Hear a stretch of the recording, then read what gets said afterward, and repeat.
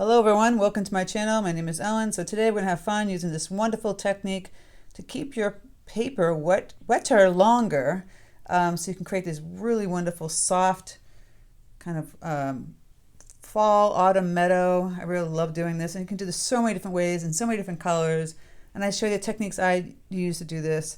Super sweet, super pretty, and not that hard. Really super easy. I mean, really, you can do this. So if you have any questions in the comment section, the Patreon members get the extended version. And without further ado, let's get started. Okay, so let's go over supplies. I have a piece of Arch 100% cotton cold pressed paper.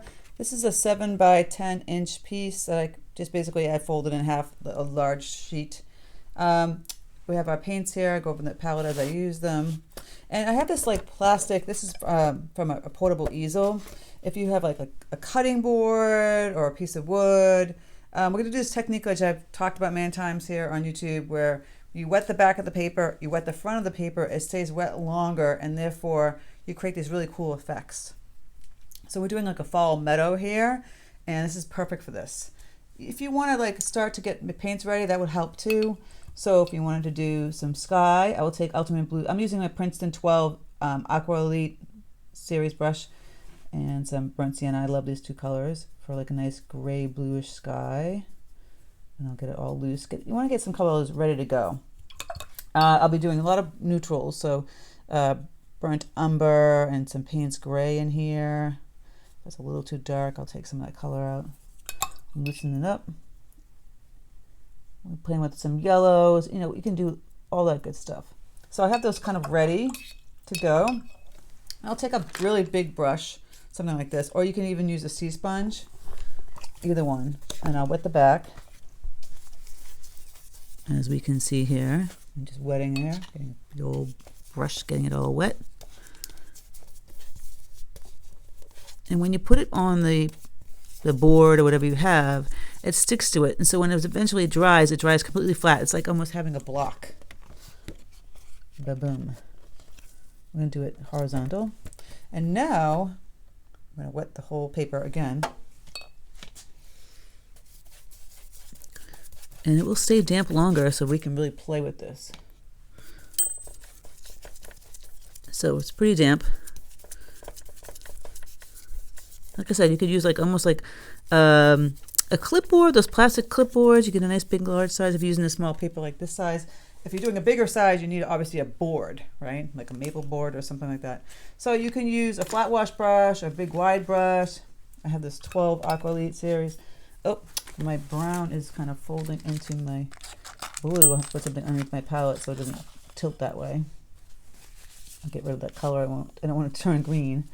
Yeah, I can start playing with my gray skies here. And you can move this thing around too, which is great. So I'll get some just really light, getting water here. So here I've used my gray mixture with the ultramarine blue deep and burnt sienna.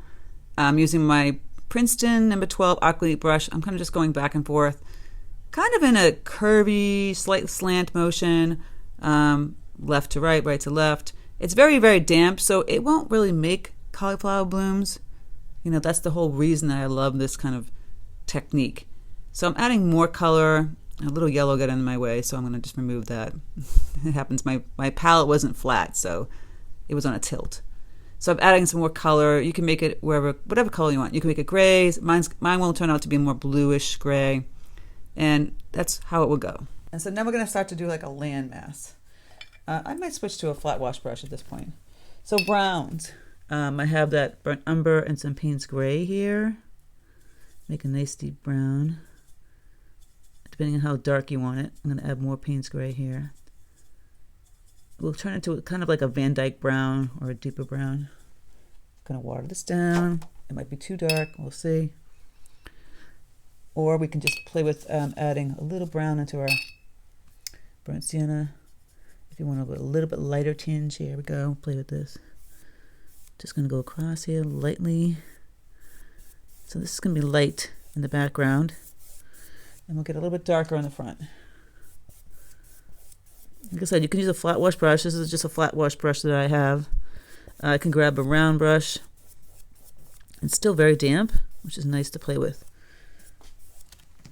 Get this nice landmass happening here. And like I said, grab some more paint. I might use and switch a brush into back to the Princeton Aqua Elite. Again, you can start to play with adding in the deeper values.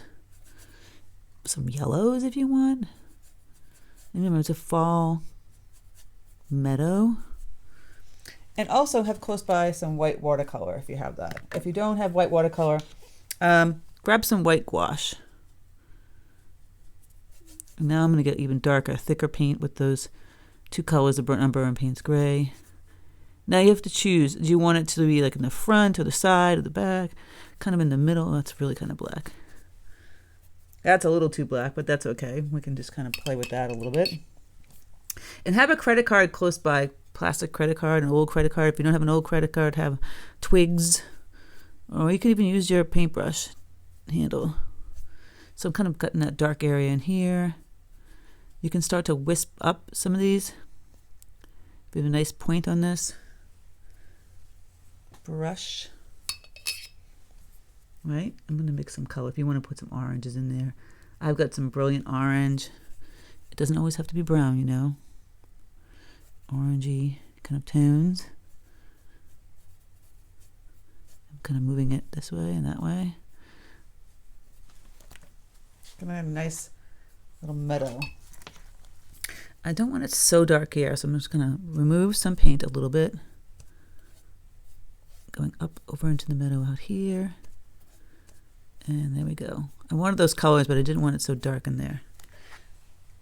This is kind of cool. It has like a nice look to it. I'm loving this. So now we play with making grasses. I'll paint some of them. I'll use an outliner brush. And you get some of these grasses in here, going way up here. And when it's dry, we'll also put some grasses up here. When it's wet, it has a nice little fuzz. But when it's dry, it's nice too.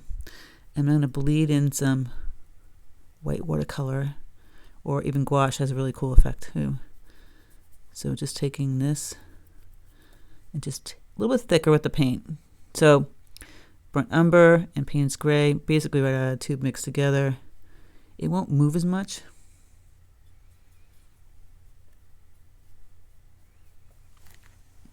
Look at that wonderful variety. Really thick. See this? I love a good liner brush. The thicker the paint, this is like right out of the tube. It won't move at all. Now you can have a variety of colors. I'm going to add some yellow in here. Can make it kind of funky color. Or even add orange. If it's too much of this dark brown stuff. I have a brilliant orange, cadmium red light, and the yellow. It's a little thick, and you can kind of play with that color too. See? Look how pretty that is. Just getting all these grasses in here. And you're kind of taking the brush. You're making the movement up, jig, like twist, turn. You don't want the grasses all to be like on a line like this. This is great to do like beach grass too. Kind of looks like that in a way. And I'll get a little darker spot down here. Now it's still super damp. And you can test it with a credit card to see if you like the scrapiness of it. All right, an old credit card. You can use the real pointy end. It'll fold back into it if it's still too wet. And if it does fall back into it, it makes great grass too. See the grass right here? So it's a win-win situation. And if it's like here, it left the white. So you could do the grass. And I also want you to take some white watercolor while it's still damp. There we go. We're going to loosen this up. Grab a good old brush. And we're going to splatter a little bit. See where it lands. It already creates the meadow for you, doesn't it? It's like magic. Now it will dissipate, Look how pretty that looks. Just right there. It might not stay like that. It might just seep in and be really translucent. That's the difference between that and gouache. So gouache, a little thicker and it won't do it as much. So now I'm using less water. I got smaller ones and you can see how much whiter it is. See, it's already getting translucent, but that's just a really cool look as well. And look how simple this was. I mean, beautiful look. So you've got some thicker ones, right? See, I didn't really put any water into it, and some small ones. Just gorgeous. And you could splatter other colors. It doesn't have to be just white watercolor. If you're taking, cadmium yellow deep right from the tube, or even brilliant orange. Clean up my brush here. Just a little, obviously you have to put some water in here to activate it, maybe some orange.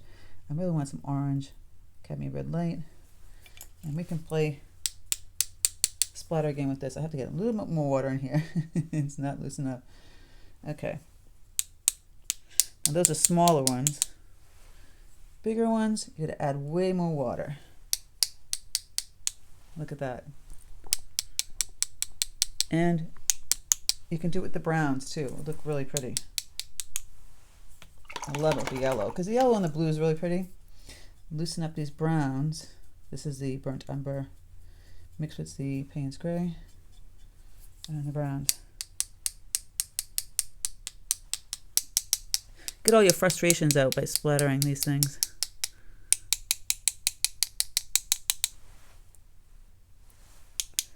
Now, I don't like the little spot I did there. I should have been smart to cover some of these areas, but that's okay. I cleaned it up pretty good. Some of these, I can just fade them out by tapping with the paper towel. Look how beautiful that looks already. I love it. And it took like how long?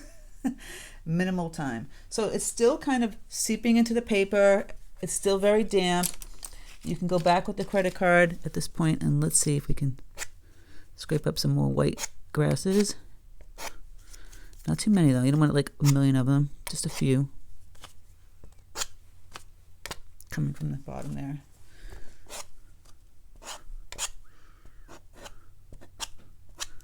Look how cool that looks. All right, so at this point, we just let it dry, and we're gonna go, when it dries, we're gonna go back in and paint, some really detailed work, and then it's done. It's such a beautiful look. All right, so once it's dry, you'll notice that all the white some of it's dissipated, but it still has that really kind of magical, kind of soft look to it. We can grab some of this browns that we've mixed up here and start putting in, well, that's a little too dark. Lovely little burnt umber, maybe mix with some yellow, or just even some burnt sienna right there. Mix with a little Paynes gray. And we can do some stems up here and out. See, like little stems, little branches, giving it some fun detail.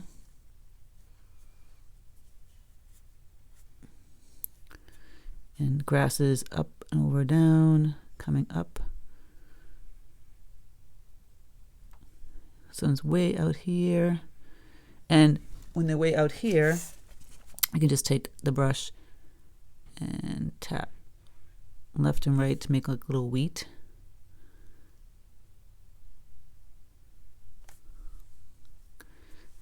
Down here, you can just put in a little wiggle for like a little kind of, I don't know, fauna.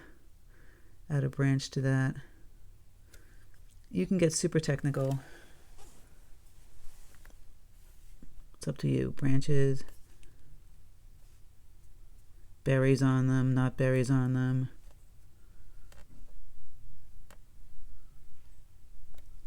Have fun playing with this, adding grasses, adding in some funky little wheat grass. Plain old leaves too.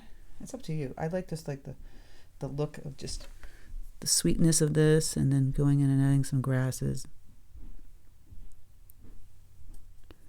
Don't want to overpower it with a lot of bright colors. It's supposed to be a soft muted design here.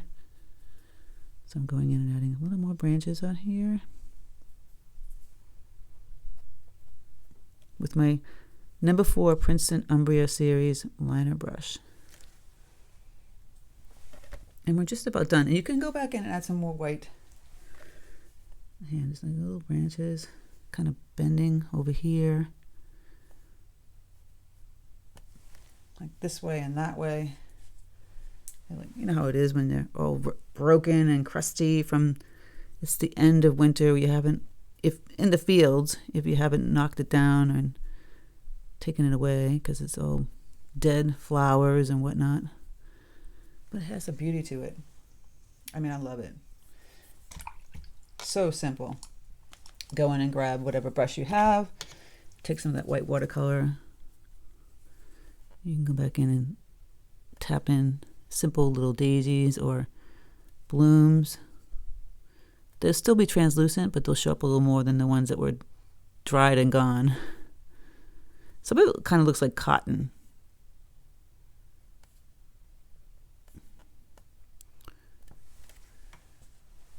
A little goes a long way. I don't think you need to do too much to it.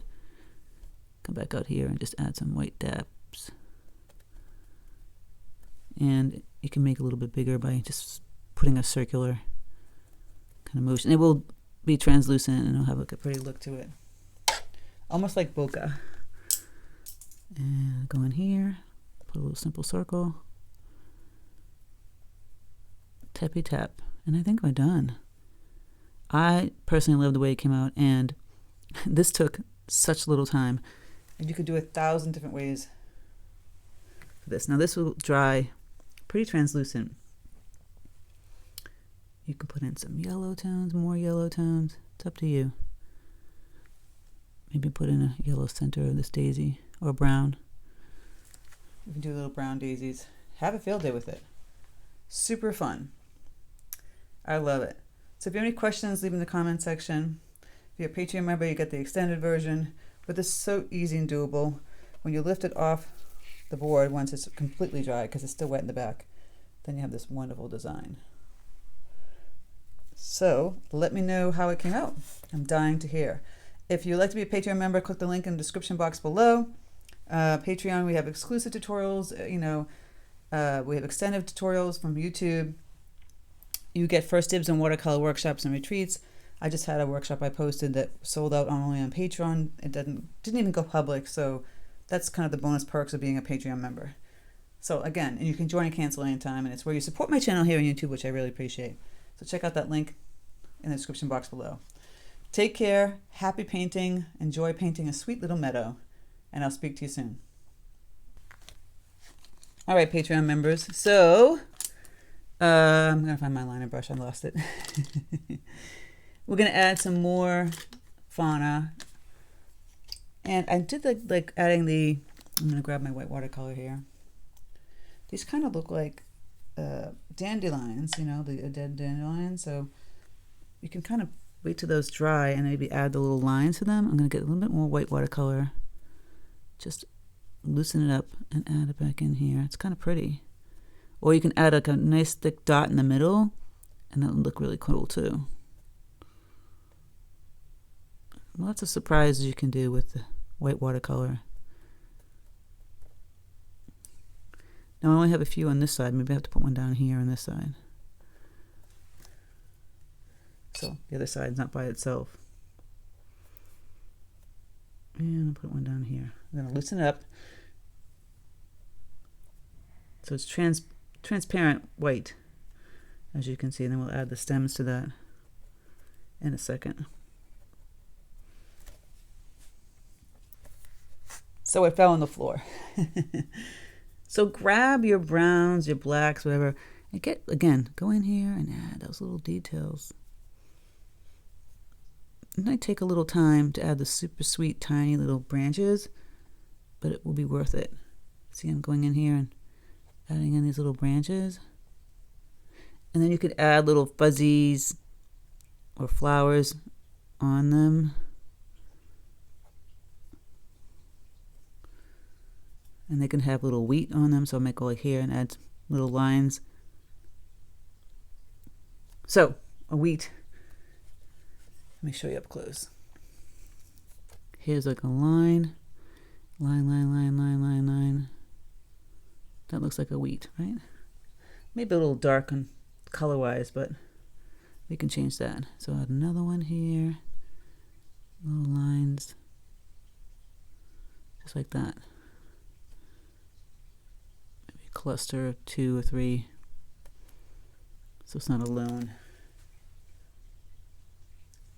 I think it's coming out great. So once we're going to let this white dry and come back and do our little dandelions.